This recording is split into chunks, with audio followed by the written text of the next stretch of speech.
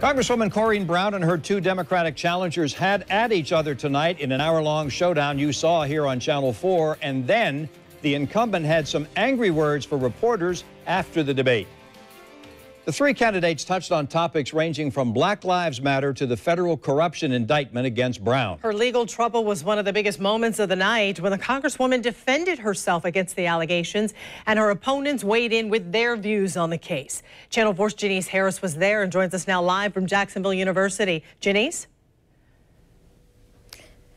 That's right. And as you can see, they're breaking down from the debate right now and crews are leaving. But this was a very emotional debate. You had Brown, who was focusing on her experience. You had Lawson, who was trying to differentiate himself, even though he is a politician, by saying he's a businessman and he has great experience. And then you had L.J. Holloway, who was saying she was completely different from both of them because she has a law degree and the only person to have one, and that she's not a politician. And at some point, you just need to stop being a politician and let someone else go in their place. Now, they were pretty calm until the question came up about the indictment. The question specifically asking, do you think that it disqualifies an individual if there is an indictment? Here's the answer. I know that you're very familiar with the Constitution of the United States. And the Fifth Amendment says that the prosecutors have to prove their case. Now, what if I said, as we standing up here talking, that I thought you was a pedophile? You would think it would be something wrong with me.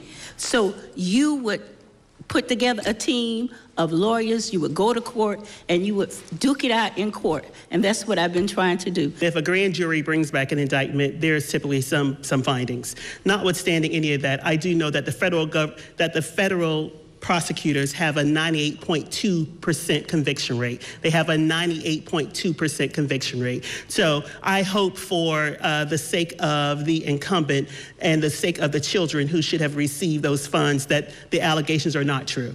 My opponent has violated public trust. There's no way that you can be affected in the legislature at the same time that you have a cloud hanging over your head. People just will not support your issue. I think my opponent should not be in this race. She needs to be concerned about those charges and not be in this race violating public trust. So, of course, you can hear Brown defending herself. You can hear Lawson, to some extent, pointing a finger at her, saying she shouldn't even be in the race. And you can hear how Holloway is kind of neutral to some extent. But it did not end there. There was a post-interview as well for each individual candidate. This question came up again to Congresswoman Corrine Brown, and she was very emotional in how she answered the question about the indictment and saying that the media needs to do more fact-checking. The only thing I'm saying to you is that you're supposed to do your homework. And my question to you is, what are some of the things that I've done? You know, whether I sent a group to China, or whether I have 60 kids that got scholarships for me. What are the programs that I've done? Wait a minute. I just remember. In my opening house, one lady came and she said, you know what? My child got a computer because of you, the digital divide. But so don't ask me about somebody that I'm not on the board. Ask me about the things that I've done that you know that I've done. Simmons is a co-defendant. Did you hear what I said? Ask me about the things. No, I'm not doing it.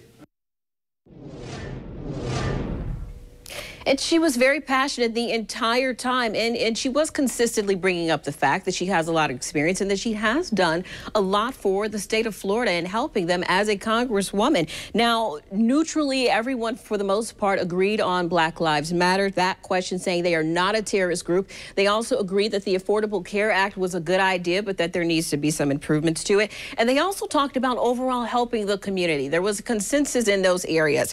However, tonight at 11, we're going to talk more about the debate and focus on minimum wage. They had some varying opinions there as well, but definitely an emotional, heated debate tonight here.